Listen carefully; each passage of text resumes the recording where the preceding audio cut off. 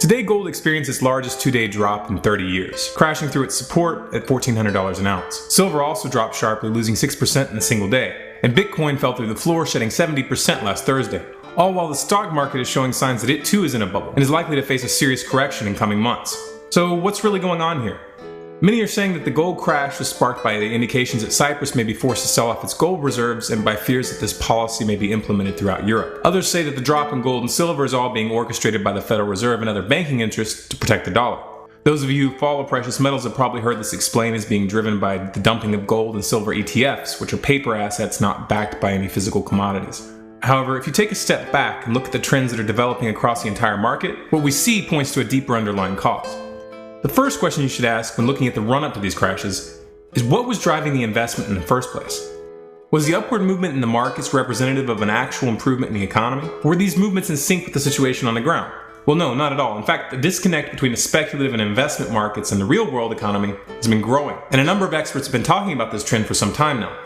Not surprisingly, some of the heaviest hitters in the investment world, including Warren Buffett and George Soros, have been quietly exiting the US stock market, and many corporate insiders have been selling their stocks instead of buying over the past several months.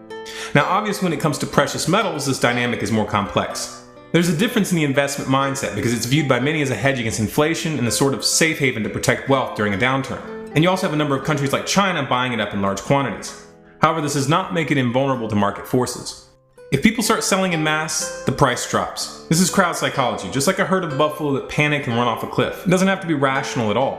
When it comes to gold, we do have some real-world limits because it currently takes $1,200 an ounce just to get it out of the ground. And mining companies aren't going to sell at a loss, so the price will stabilize somewhere above that mark in the long term. Now, we really can't discuss the upsurge in any kind of investments without looking at the Federal Reserve's quantitative easing policies. For those who don't know, quantitative easing is basically a fancy word for inflating the money supply. We used to say that they were running the printing presses, but nowadays they don't even print the money, they just type it into existence. We've had QE, QE2, QE3, QE4, one after another flooding the market with dollars in a desperate attempt to prop up the economy. Now, this hasn't led to an inflationary tailspin because of the petrodollar, and that has resulted in a break from the historical relationship between the money supply and gold prices. Those who don't take the petrodollar into account have a very difficult time explaining the way commodities have been behaving for the past 5 years. The fact that oil is only sold in dollars is spreading out the consequences of US monetary policy across the globe, making it much less noticeable to the American public, and distorting the way that they behave in the markets. If you were using the stock market as your point of reference, all of this quantitative easing seemed to be working. But again, the real world economy has not been rebounding. And what that means is that what we've been seeing are speculative bubbles fueled by the influx of cash. Whether we're talking about the stock market, precious metals, or bitcoins, these upward swings have been investment oriented. Obviously, people are more likely to invest when more money is available to spend. And as the money supply grows, so does investment of all kinds. The problem is that in the United States, most of the investment that we've been seeing hasn't led to real increases in jobs. And when investor enthusiasm surpasses productive returns and real-world demand, a correction is inevitable. Once you're in a bubble, almost anything can spark a correction. People have been giving a lot of attention to the Cyprus angle, but it's worth noting that these crashes just happened to occur during the build-up to tax day in the United States. Could it be that people were selling bullion and bitcoins to cover their income taxes? The reality is it could be a combination of factors. These kinds of market movements are often not traceable to a single cause. Multiple variables can influence market sentiment and coalesce into a panic. Again, markets have to be looked at in terms of human psychology, because in the end it all comes down to perceived value. This entire system is a construct of belief. Those who become attached to a concept of the absolute value of an asset open themselves up to severe losses. So does this mean that people should sell all their investments and stick to cash? Well, some people will promote that idea, but the dollar and the euro are both headed for a collapse. And once that happens, all bets are off.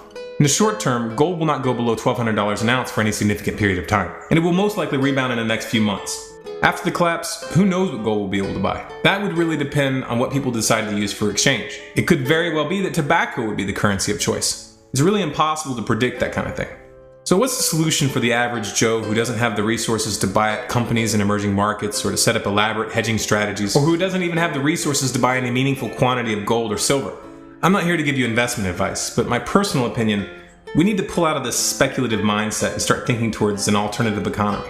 When we're talking about a real economy, it's the means of production that count, not the unit that you use for currency. People need to be looking towards things that they can produce in their own homes, which will be useful during a crisis. We need to grow gardens, we need to be building up connections and relationships in our local area with people with the same mindset. Buying up assets which you hope will increase in value is not likely to do you nearly as much good in the long run as building alternative means of production and exchange.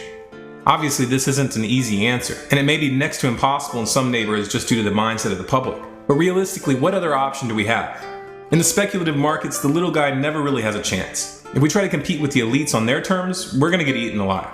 We have to stop playing their games, and any investment strategy tied to their current monetary system is still their game. If you'd like more content like this, please subscribe to this channel, Stormcloud's Gathering on YouTube. For updates and bonus content, please follow us on Facebook, facebook.com/StormcloudsGathering, on Twitter at Collapse Updates, and our website, stormcloudsgathering.com.